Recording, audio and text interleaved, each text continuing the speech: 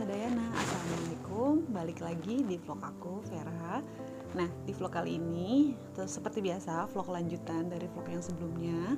Sorry banget nguploadnya lama karena ada satu dan lain hal yang bikin aku tuh belum bisa untuk bikin vlog ini.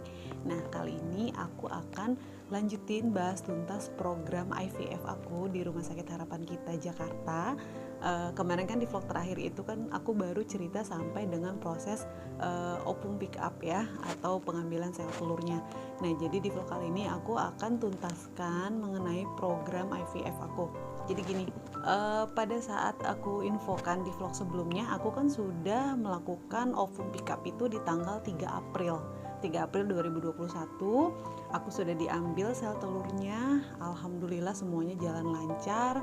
Sampai aku pulang ke rumah juga aku nggak ada keluhan, semua jalan normal aja. Ada perasaan nggak nyaman sedikit aja karena mungkin namanya abis operasi pengambilan sel telur kan pasti ada efeknya lah, tapi nggak terlalu yang bikin ngeganggu ke badan aku juga. Jadi aku ngerasa alhamdulillah baik-baik aja sampai akhirnya dijadwalkan untuk aku embrio transfer itu di tanggal 6 April ya, 6 April 2021. Jadi hanya selang 3 hari dari pas aku ovum pick up. Jadi usia si embrionya itu pada saat di ITIKA aku itu di usia 3 hari. Nah, jadi akhirnya aku dijadwalkan di tanggal 6 itu aku datang lagi ke Rumah Sakit Harapan Kita pagi, sekitar jam 9 aku datang. Nah, pas aku datang aku seperti biasa langsung ke klinik melatinya, ketemu dengan perawat di sana dan juga langsung dijelaskan untuk prosedur masalah embrio transfernya. Nah, untuk prosedur embrio transfer pada saat aku datang ke klinik melati, aku kan seperti biasa kasih buku. Aku dikasih buku, ada buku untuk histori pasien seperti itu ya. Kita kasih ke sana, lalu kita disuruh duduk di ruang tunggunya. Terus suster menyarankan untuk aku banyak minum air putih ya. Jadi aku banyak minum air putih sampai nanti aku berasa seperti ingin pipis, kebelet pipis gitu. Tapi aku nggak boleh pipis. Jadi pada saat aku ngerasa udah pengen kebelet pipis banget, aku baru infokan ke suster. Jadi oke, aku laksanakan apa yang diinstruksikan seperti itu. Aku minum air putih yang banyak, kurang lebih saat itu hampir 4 gelas aku minum. Sejujurnya aku tuh sebenarnya gampang banget untuk pipis. Jadi tanpa harus minum banyak pun aku biasanya selang untuk pipis tuh gampang gitu. Cuman ya udahlah, aku minum sesuai dengan sarannya kan, aku minum air putih yang banyak. Setelah aku minum air putih, selang nggak berapa lama, nggak sampai 5 menit itu udah langsung berasa pengen pipis kan. Langsunglah aku infokan ke suster aku pengen pipis, sudah kebelet. Oh ya oke. Nah, setelah diinstruksikan sudah oke, aku langsung dirujuk ke ruangan tindakan. Nah, di ruangan tindakan itu seperti biasa aku langsung ganti baju, aku lepas semua baju aku, diganti dengan pakaian untuk pakaian sterilnya. Seperti biasa pakai sarung rambut juga ya, hair cap kayak gitu, terus ganti masker juga, semua jam tangan biasa, perhiasan semua dilepas. Jadi udah selesai sambil dengan posisi nahan pipis itu akhirnya aku masuklah ke ruang tindakan. Nah, sebelumnya aku lupa info. Jadi pada saat aku datang ke Melati itu, aku skip dulu. Jadi pada saat aku datang ke Melati itu untuk persiapan IT, aku sebelumnya ditemuin sama embriolognya. Jadi aku sama suami dijelaskan dulu sama embriolog hasil ovum pick up aku yang tanggal 3 kemarin. Jadi menurut embriolognya itu yang didapat dipanen dari sel telur aku itu jumlahnya ada 14 sel telur. Alhamdulillah lumayan, gak terlalu sedikit juga, masih lumayan 14 kalau menurut aku. Nah, dari 14 sel telur itu ada 12 yang terbuahi.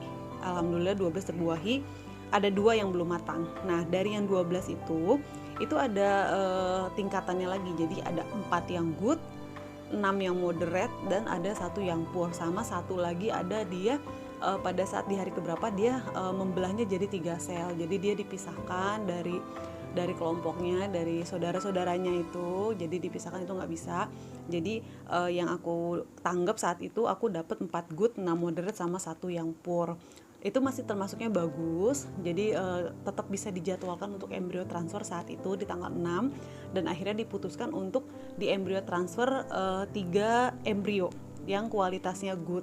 Nah, pemikiran aku kan kalau misalkan dari tadi total yang aku sebutin, aku 3 di embrio transfer, otomatis kan berarti aku masih ada 1 yang good, 6 moderate, sama 1 yang poor. Cuman dari embriolognya itu menjelaskan bahwa ini akan kita tunggu sampai hari kelima. Day 5 itu tahapannya itu si embrionya ini akan berubah lagi. Jadi tahapan paling sempurnanya itu kalau nggak salah sampai ke tahap blastosis. Nah, jadi aku tanda tangan persetujuan untuk menunggu sisa embrio yang nggak ditransfer itu sampai hari kelima. Nanti dia akan ada yang mungkin menurun grade-nya atau mungkin malah memang naik grade-nya seperti itu. Jadi aku tanda tangan, aku menyetujui nanti di hari kelima setelah aku embrio transfer, aku akan ditelepon dan dijelaskan sama embriolognya. Kalau memang masih ada yang bertahan dan memang baik, itu akan disimpan beku. Nah, aku memang dari awal sama suami sudah memutuskan untuk kalau memang ada kelebihan embrio itu kita pasti akan simpan beku, karena kan untuk cadangan aku, simpanan aku, itu prajurit aku istilahnya kayak gitu. Jadi oke, aku udah setuju. Pas sudah selesai baru aku tadi disarankan untuk minum air putih yang banyak. Nah, jadi kurang lebih penjelasan dari embriolognya kayak gitu. Kita lanjut lagi ke pembahasan tadi pas aku masuk ke ruang tindakan ya. Nah, jadi pas di ruang tindakan itu aku ketemu lagi sama dokter gede. Alhamdulillah aku sering banget ketemu sama beliau dari setiap pemeriksaan, mulai suntik, pada saat ovum pick up, pada saat aku embrio transfer itu aku ditangani langsung sama dokter gede. Itu nyaman banget, alhamdulillah, menenangkan, karena aku juga nggak tahu, ngerasa klik aja sama dokternya, sama penjelasan beliau, sama cara penanganannya, aku udah klik banget sama suami. Alhamdulillah pas udah masuk ruang tindakan aku diposisikan seperti kayak orang mau lahiran. Kayak gitu. Akhirnya dokter gede nggak lama masuk, dia menjelaskan sama aku bahwa ibu, persiapan ya, hari ini kita mau melakukan embrio transfer. Nah, upaya manusia hanya bisa sampai sini saja kalau menurut beliau seperti itu. Jadi apa yang sudah tim dokter lakukan dan juga apa yang usaha yang sudah aku lakukan ini sudah sampai batas usahanya manusia. Jadi untuk selebihnya itu akan menjadi hasil akhirnya adalah keputusan dari Tuhan. Aku menyadari itu karena dari awal program ini aku sudah paham banget bahwa tingkat keberhasilannya yang memang hanya sekitar 30 atau 40%. Jadi yang harus lebih dipersiapkan itu adalah pada saat terjadi kegagalan. Jadi itu yang ditekankan banget, bahwa kita usahakan semaksimal mungkin, tapi hasil akhirnya itu tetap adalah ridhonya yang kuasa, seperti itu. Jadi akhirnya dokter gede bilang, nanti pada saat embrionya ini datang, ibu ucapkan salam ya, dia ini sudah hidup. Jadi pada saat nanti sudah diletakkan di rahimnya ibu, setiap harinya ajak komunikasi, kirimkan doa, seperti itu. Aku terharu banget ngedengar kata-kata seperti itu. Seperti ngerasa apa ya, kayak mencintai sesuatu yang kita sendiri belum melihat wujudnya, seperti itu. Perasaan itu tuh muncul banget, ngerasa kayak ya Allah, ini calon anak gue yang akan masuk ke rahim gue. Itu udah bikin aku lumayan agak emosional, lumayan bisa bikin aku juga agak nangis di posisi seperti itu, yang aku juga sambil nahan pipis ya kan, terus juga agak sedikit emosional juga dengan hal-hal seperti itu. Siapapun yang mengalaminya pasti akan mengalami hal yang sama kalau menurut aku ya, kalau yang aku alami, karena seperti itu. Jadi pada saat sudah dijelaskan, akhirnya aku di USG dulu posisinya. Jadi fungsinya pada saat kita minum air putih yang banyak itu dan kita nahan pipis, jadi pada saat di USG itu akan lebih jelas kelihatan posisi rahimnya. Fungsinya seperti itu, makanya kenapa kita harus minum yang banyak. Nah, setelah itu pas posisinya sudah di USG sudah dapat nih, jadi sebelumnya itu memang aku sudah disimulasikan untuk nanti pada saat embrio transfer jaraknya itu berapa, seperti apa tuh udah disimulasikan sama dokter gede saat itu. Jadi kita udah ada catatannya. Akhirnya prosesnya dilakukan, dokter gede juga langsung tindakan. Dia juga sambil ngobrol, ngajak ngomong aku untuk nenangin aku. Sepanjang proses aku juga berusaha untuk konsen, untuk nahan pipis, tapi juga aku tetap doa dalam hati. Aku salawatan, aku doa, aku yang selalu mensuges diriku mindset bahwa ayo deh, selamat datang di rahimnya ibu, seperti itu, kuat ya, bertahan, selalu seperti itu. Aku mindset seperti itu. Prosesnya nggak terlalu lama, kurang lebih mungkin sekitar 15-20 menit untuk proses peletakan embrionya itu. Sampai akhirnya sudah selesai proses peletakan embrionya, dokter gede juga sudah bilang ini udah selesai, ibu istirahat dulu, jangan langsung turun, posisinya biar seperti ini dulu, biar bener-bener bisa kuat dulu. Jadi udah selesai, dokter gede juga sudah pergi. Akhirnya pas sudah selesai, aku baru diperbolehkan untuk pipis, tapi posisinya aku masih tetap di posisi terbaring dengan posisi kakinya masih ngangkat kayak orang mau lahiran normal kayak gitu, masih agak ngangkang ya kalau ngangkang kayak gitu. Terus akhirnya aku pipis, dibantu sama suster, dipasangin pispot kayak gitu, tapi pelan-pelan banget karena aku nggak boleh ngangkat posisi pinggang pinggul itu nggak boleh, jadi dibantu banget sama susternya. Akhirnya aku pipis itu lega banget, itu pipisnya tuh lumayan banyak karena mungkin karena nahan, terus juga kan karena minum air putihnya banyak, jadi aku pipis banyak. Udah selesai, posisi aku masih kayak gitu, agak lemes juga karena prosesnya tidak dibius ya, tidak seperti pada saat ovum pickup. Jadi posisinya kita sadar 100%, kita masih bisa ngobrol, kita masih bisa ngerasain, kita masih bisa lihat pada saat si embrionya itu ditransfer di layar, kita sambil ngelihat posisi si setitik embrio itu yang diletakkan di rahim kita kayak gitu. Kurang lebih aku istirahat sekitar 10 menit di ruangan itu. Akhirnya kakinya baru boleh diposisikan lurus, baru pelan-pelan posisinya masih lurus, cuman aku masih belum boleh turun dari tempat tidurnya itu. Jadi aku masih posisi tiduran. Akhirnya aku coba untuk tidur, kata suster juga nggak apa-apa, istirahat dulu, kalau bisa tidur aja dulu nggak apa-apa. Aku coba untuk tidur pun nggak terlalu lama, paling 10 atau 15 menit aku kebangun lagi karena aku kepingin pipis lagi. Jadi udah kebelet lagi pengen pipis nih. Sikonnya saat itu susternya udah keluar, jadi aku di ruangan tindakan tuh aku sendirian nih. Agak bingung juga kan, ngeri ya, maksudnya parno di saat embrionya udah masuk. Terus aku pengen pipis sedangkan aku belum boleh turun dari tempat tidur. Jadi masih yang aduh gimana nih. Aku sempet teriak-teriak, suster aku mau pipis, tapi nggak ada suster yang lewat. Itu agak-agak pengen ketawa, tapi gimana, pengen langsung kencing tapi takutnya berantakan atau gimana, aku nggak ngerti apakah di bawahnya itu udah ada wadah atau enggak, aku nggak tahu. Tapi untungnya alhamdulillahnya ada suster yang masuk dan dia nanya, kenapa bu, saya mau pipis gitu kan. Oh ya udah nggak apa-apa, karena udah sekitar kurang lebih setelah proses embrio itu aku udah setengah jam istirahat di ruang tindakan. Akhirnya aku boleh turun pelan-pelan untuk pindah ke ruang pemulihan. Akhirnya aku pipis pun pindah ke toilet, jadi aku nggak pakai pispot lagi, aku jalan pelan-pelan, aku pipis di toilet. Setelah pipis dari toilet aku balik lagi ke ruang pemulihan, aku tiduran lagi, rebahan lagi. Lumayan lama juga, aku hampir setengah jaman lah rebahan di situ, pelan-pelan miring kanan, miring kiri kayak gitu. Apa ya, agak parno, ngeri, ini si embrio keluar lagi nggak ya gitu kan. Cuman susternya sih jelasin sama dokternya, nggak usah takut, ini embrio nggak akan keluar lagi karena posisinya kan udah dimasukin, jadi nggak mungkin dia keluar hanya karena pipis. Kalau kata suster bilang lubangnya beda, seperti itu. Jadi cuman kan karena panik ya, namanya pertama kali ya kan, pengalaman pertama, jadi pasti takut gitu loh, ada rasa aduh ini aman gak ya, nggak apa-apa nggak ya, kayak gitu. Jadi ya sudahlah, alhamdulillah aku udah ngikutin sesuai dengan instruksi dari dokter dan juga dari susternya. Terus juga aku dibekalkan obat sebelum aku pulang. Jadi pada saat embrio transfer itu, obat yang aku dapat itu ada Srinone, ada Dupaston, sama Arcadias. Jadi kurang lebih itu obat-obatannya untuk penguat kandungan sama pengencer darah. Aku juga masih ada sisa obat Volavit sama Astria yang kemarin sebelum aku proses ovum pickup. Itu juga tetap bisa dilanjutin, nggak masalah, asam folatnya tetap dilanjutin. Setelah aku udah ngerasa aku udah cukup kuat untuk bisa pulang setelah proses embrio transfer, karena memang nggak rawat inap, nggak usah rawat inap, jadi bisa setelah proses bisa langsung pulang.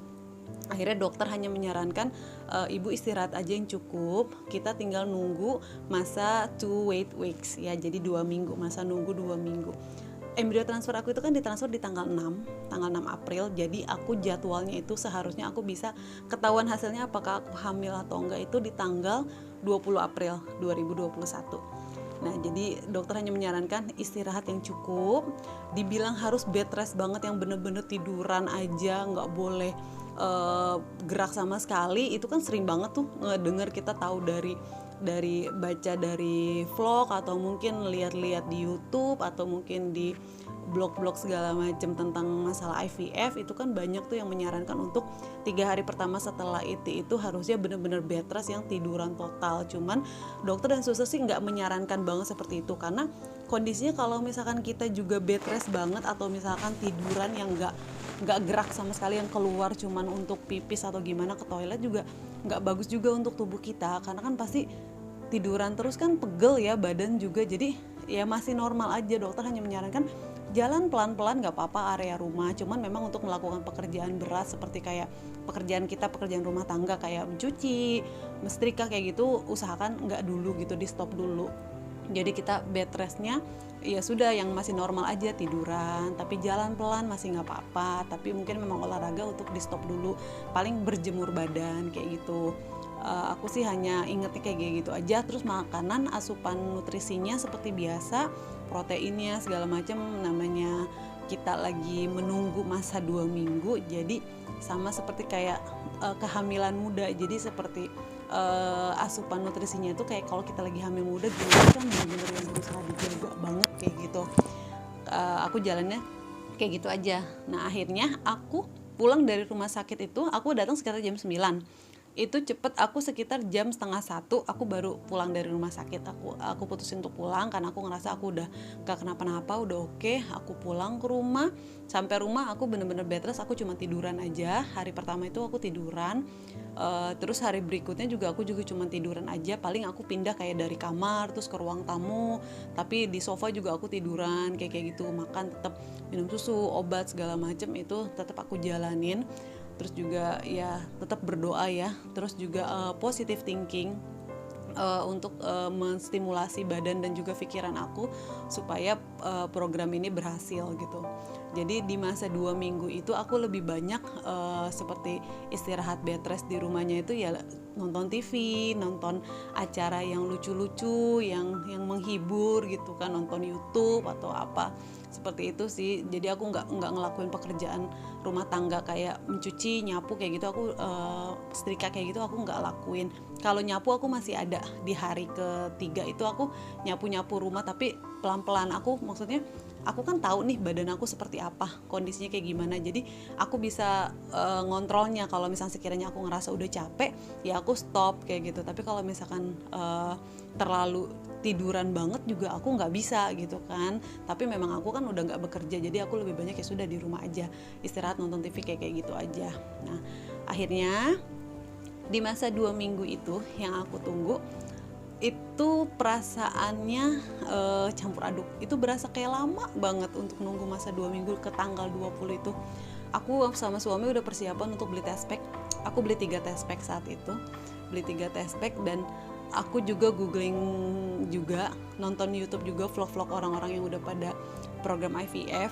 Aku lihat banyak juga ada yang udah di hari ke-5 atau hari ke-7 mereka udah test pack kayak gitu. Terus juga kan kebetulan ini kan berdekatan sama bulan puasa. Jadi aku kan itu di tanggal 6. Sedangkan kita Ramadan kalau nggak salah di tanggal 13 ya saat itu ya. Nah itu kan aku masih di masa 2 minggu.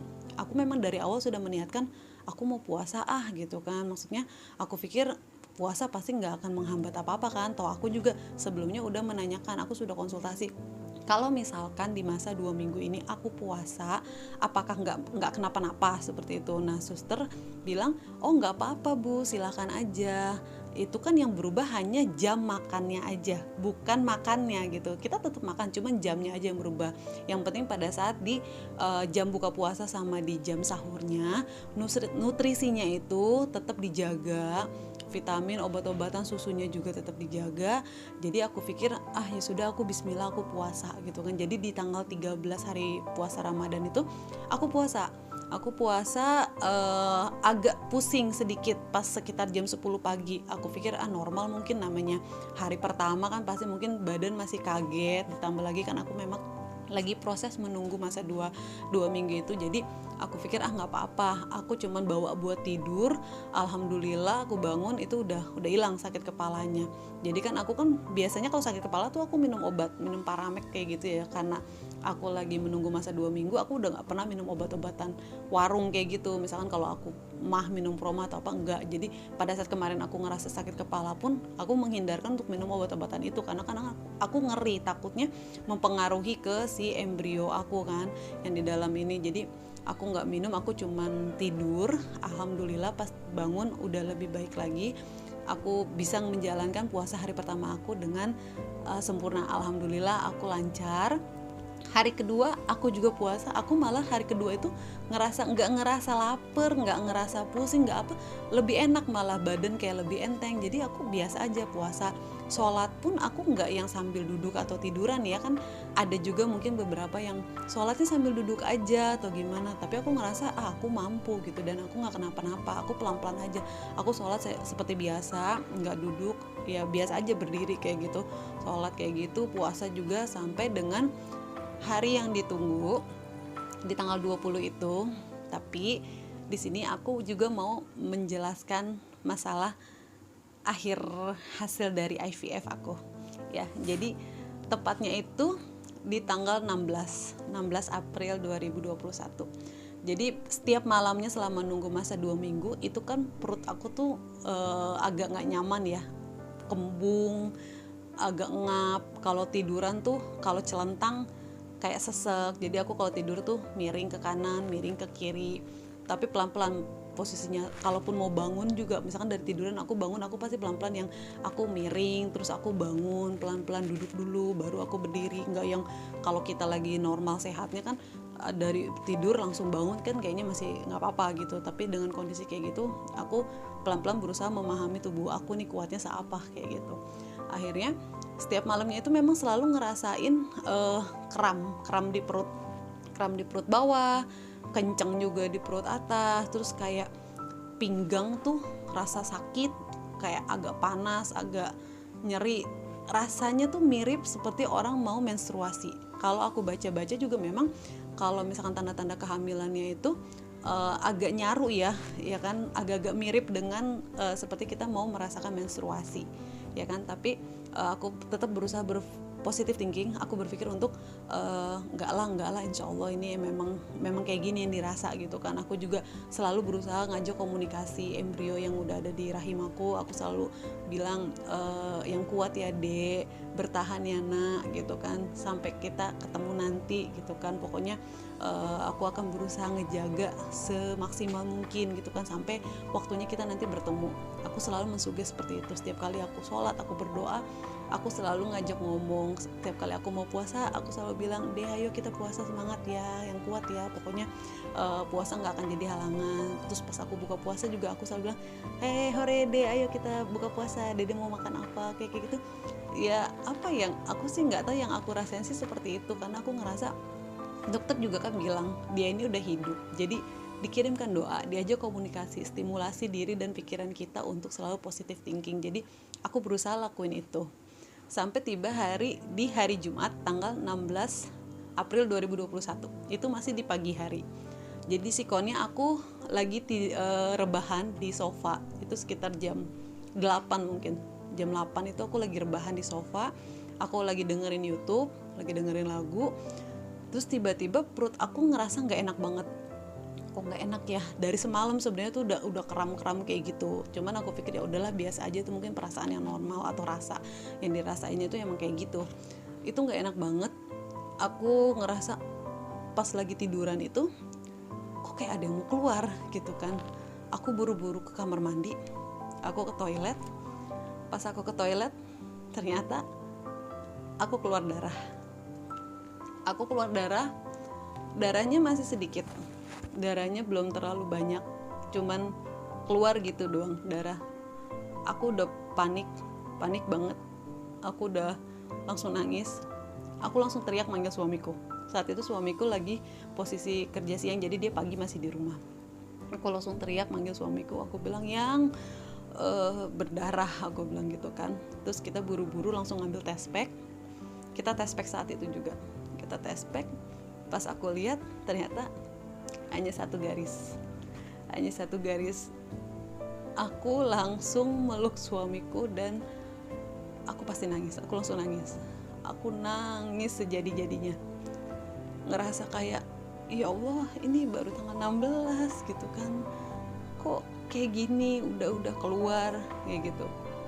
Aku nangis banget, numpahin semua emosi aku, rasa kecewa aku ke suamiku saat itu masih bisa lebih tegar dari aku, karena mungkin memang dari awal yang kita persiapkan itu kan memang kegagalannya. Jadi itu yang harus banget dipersiapkan dari awal, memang sudah diomongin, cuman kan di saat kita ngalamin langsung itu pasti akan berbeda ya kan, persiapannya atau reaksinya itu pasti akan beda dari yang udah kita rencanakan, yang harusnya mungkin bisa lebih tenang, lebih kuat, tapi pada saat ngadepinnya itu pasti akan beda. Aku nangis sejadi-jadinya. Seharian itu aku hanya nangis. Aku ngerasa ya Allah, aku masih belum dikasih kepercayaan ternyata. Mungkin Allah masih pengen ngelihat aku sama suami untuk lebih berjuang lagi, lebih berusaha lagi. Sampai akhirnya suamiku kan harus berangkat kerja, karena dia waktu itu masuk jam 3 sore. Jadi suamiku sempat bilang, aku gak usah kerja aja deh, aku nemenin kamu, karena dia ngeliat aku kan lagi down banget. Aku nangis terus seharian itu. Aku belum bisa ngomong ke siapa-siapa.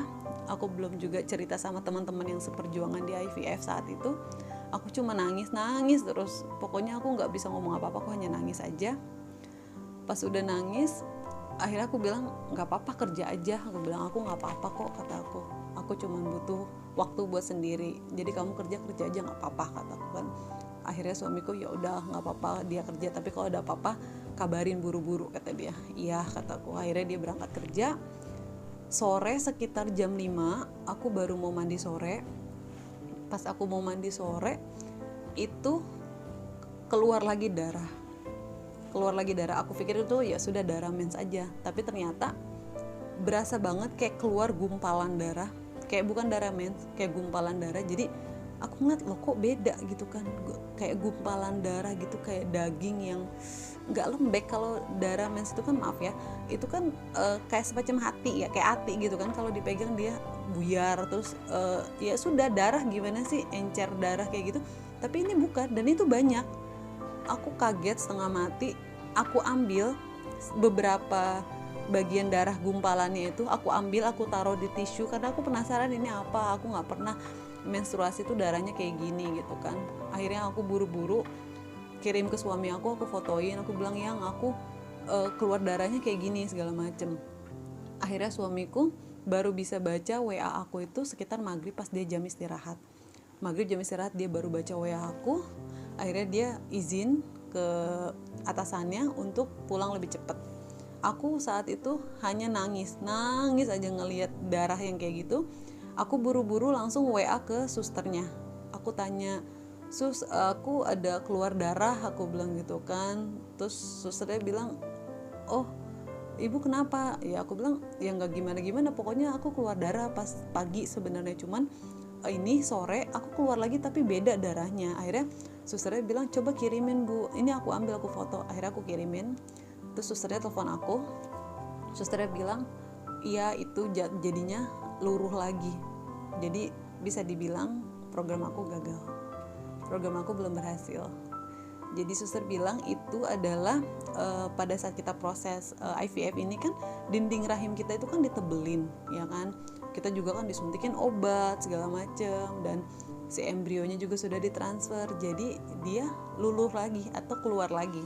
Makanya kenapa bentuknya kayak gitu. Kalau penjelasan suster sih yang aku tangkap seperti itu katanya. Jadi karena memang aku kan lagi proses IVF, dinding rahimnya ditebelin, terus juga udah disuntikin obat segala macem, minumin obat.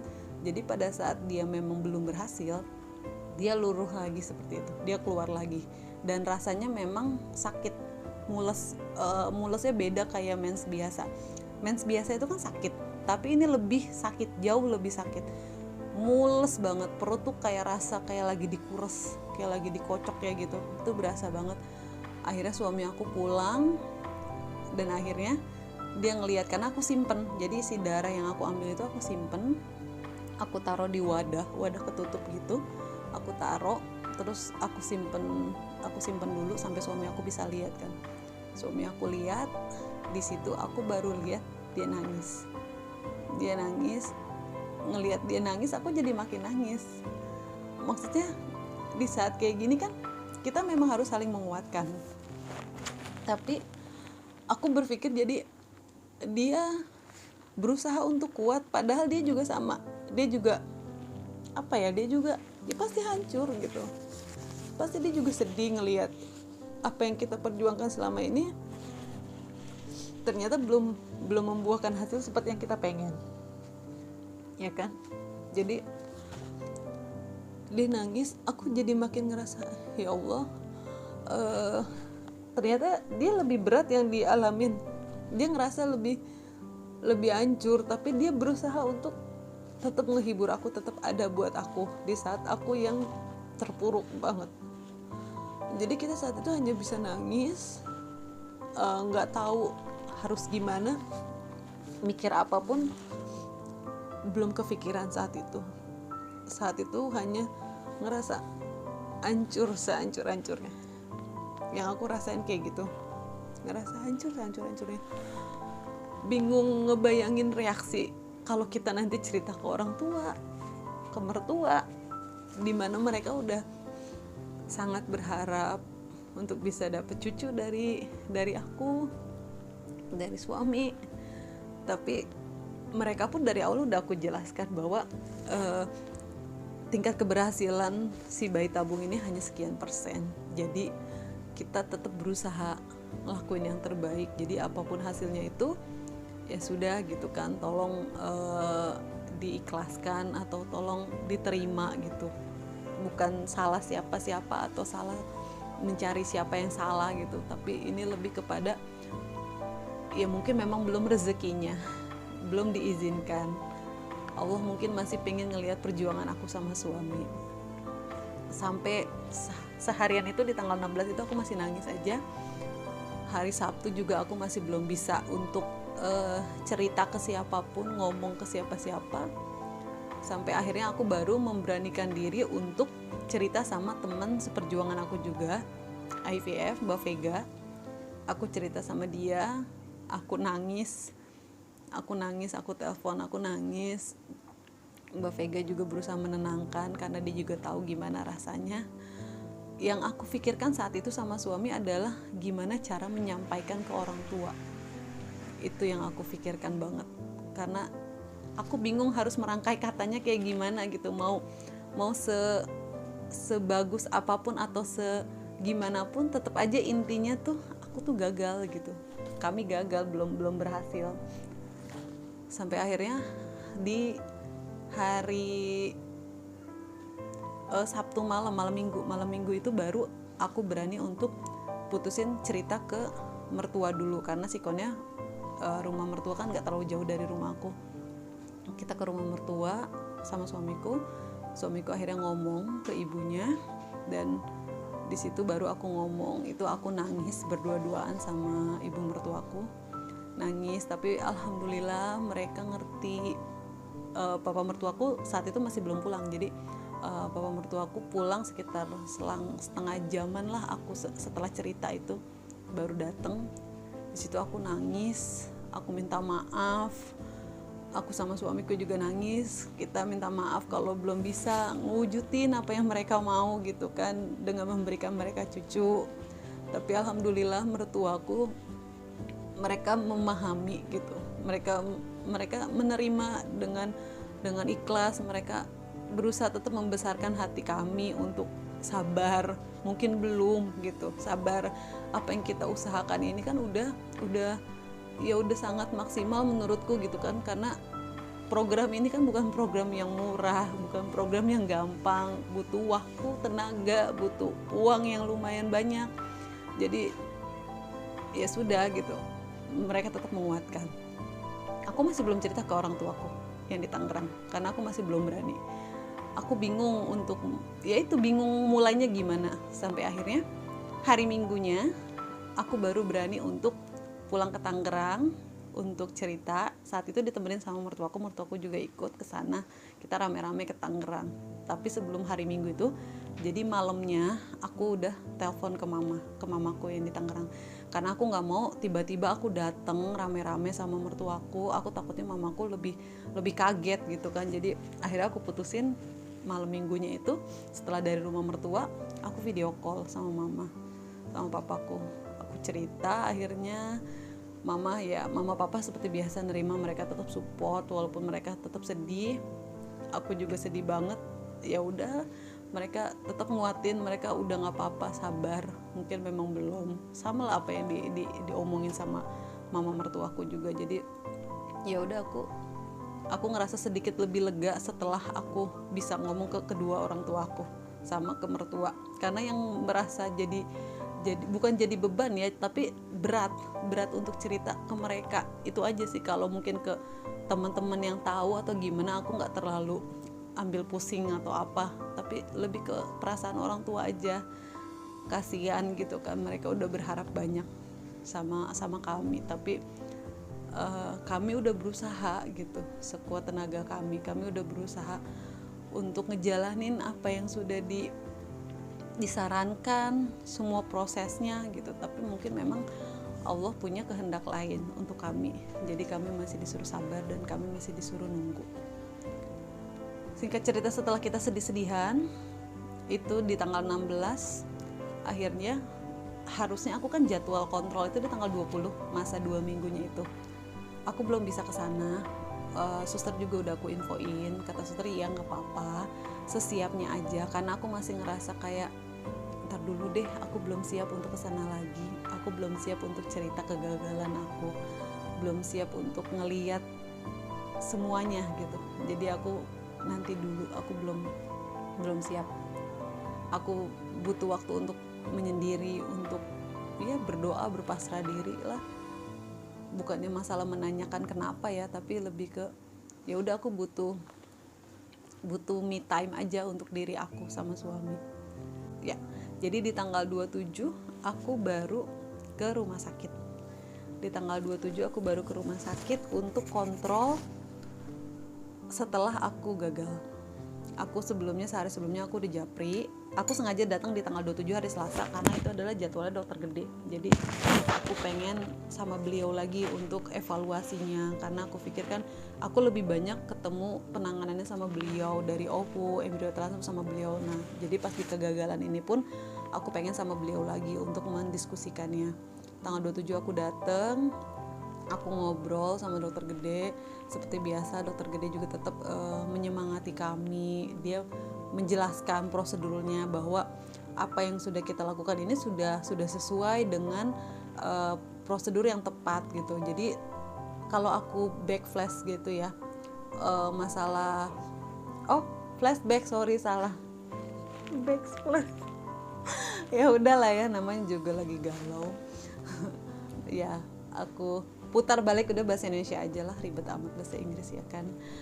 Aku putar balik, nginget semua urutan proses aku ngerasa sebenarnya sangat dimudahkan sekali sama Allah. Dari mulai aku cek obat-obatan atau vitamin yang dikasih, sampai dengan semua tahap ke embrio transfer, aku on schedule.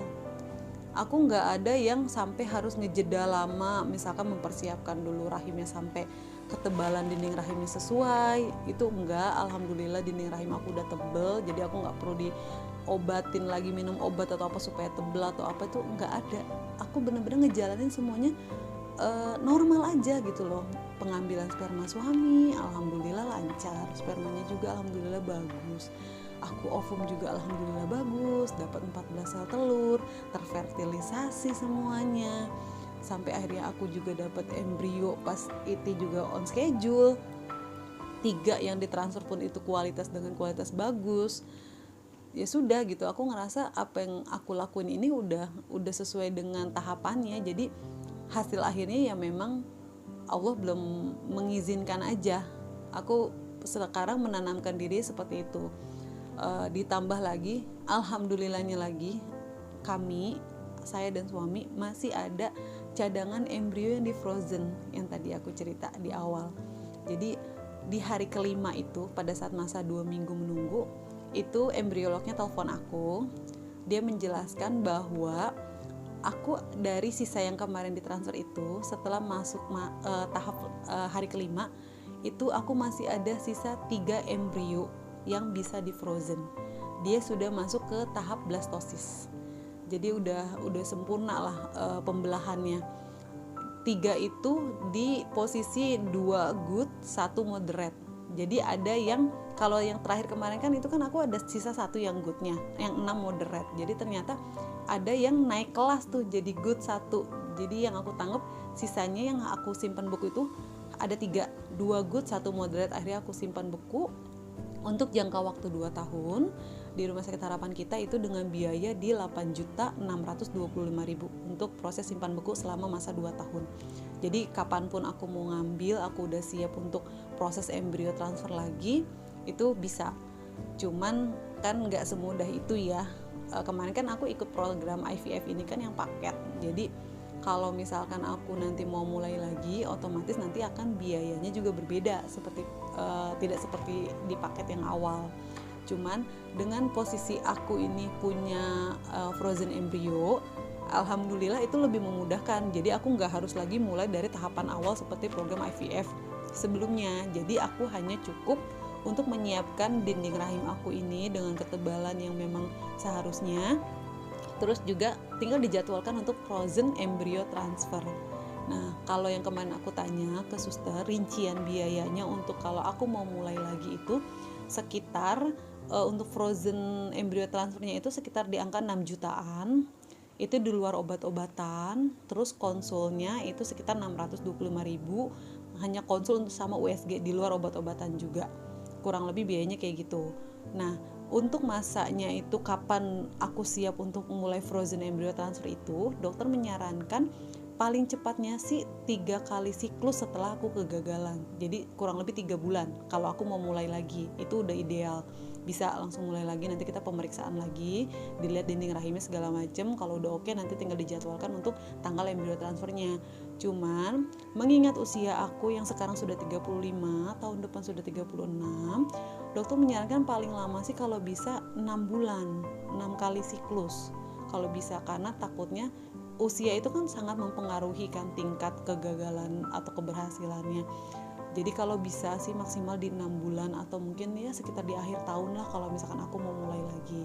Cuma semua tetap lagi balik lagi ke kitanya, kesiapan diri kita, karena kan dari kegagalan yang pertama itu kan otomatis kan pasti ada sedikit trauma untuk takut untuk maju lagi. Tapi aku berusaha untuk memindset diri aku untuk tetap sabar, tetap optimis bahwa aku masih punya 3 prajurit lagi nih yang udah oke untuk bisa bertahan di rahim aku nanti pada saat frozen embryo transfer.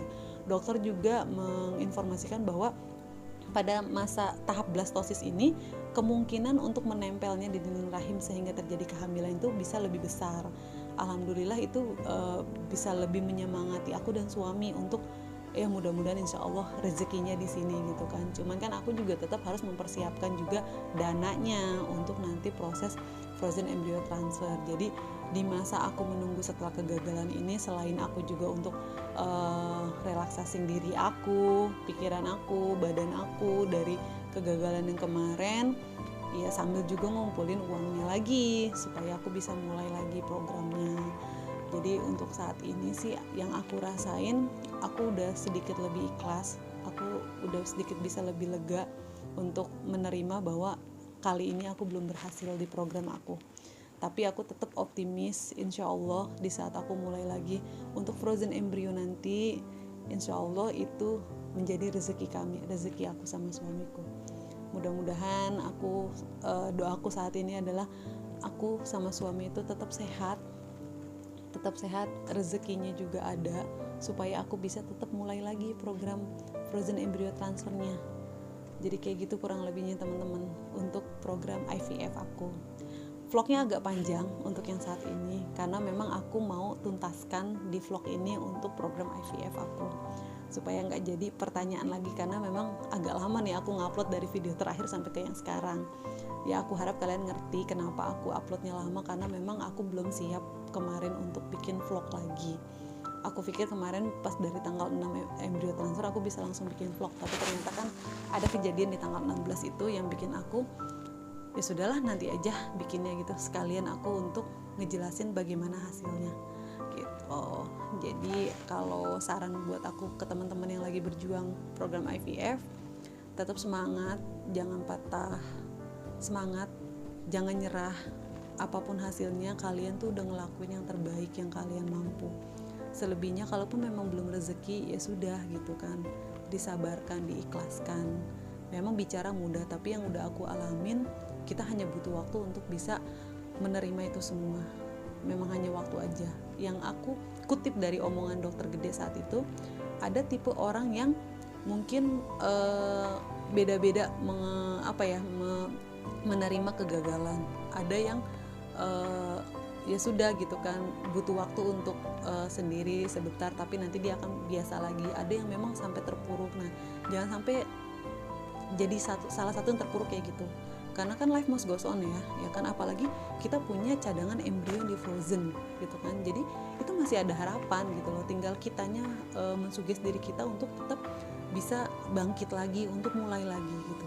Jadi jangan sampai kalian ngerasa bahwa ini udah di end gitu, ini enggak. Even kalian enggak punya embrio yang di frozen pun, kalian tetap masih punya harapan gitu kan. Itu balik lagi ke diri kalian dan pasangan, saling menguatkan, itu penting banget buat aku. Jadi pasangan juga harus saling menguatkan di saat kita juga sama-sama tahu kita itu terpuruk, ya salah satu dari kita harus lebih bisa kuat gitu kan. Ya itu salah satu kunci hubungan untuk tetap bisa jalan terus, kalau menurut aku kayak gitu. Terus untuk selanjutnya di masa 2 minggunya,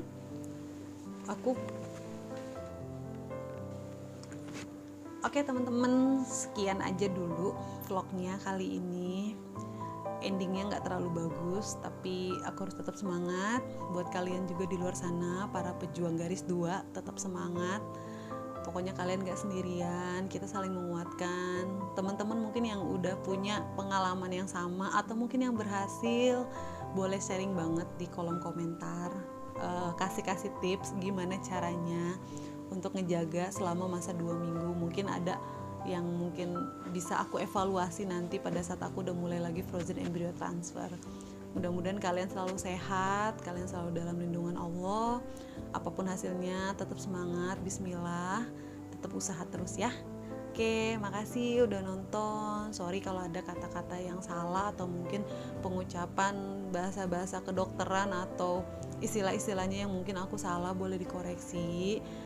Itu hanya sekedar sepengingat aku pada saat aku ngobrol sama embriolognya, sama dokternya. Jadi kalau misalnya memang ada yang salah, aku mohon maaf, mungkin bisa dikoreksi ya sama-sama. Yang penting kalian sehat-sehat selalu. Terima kasih udah nonton. Dadah, assalamualaikum warahmatullahi wabarakatuh.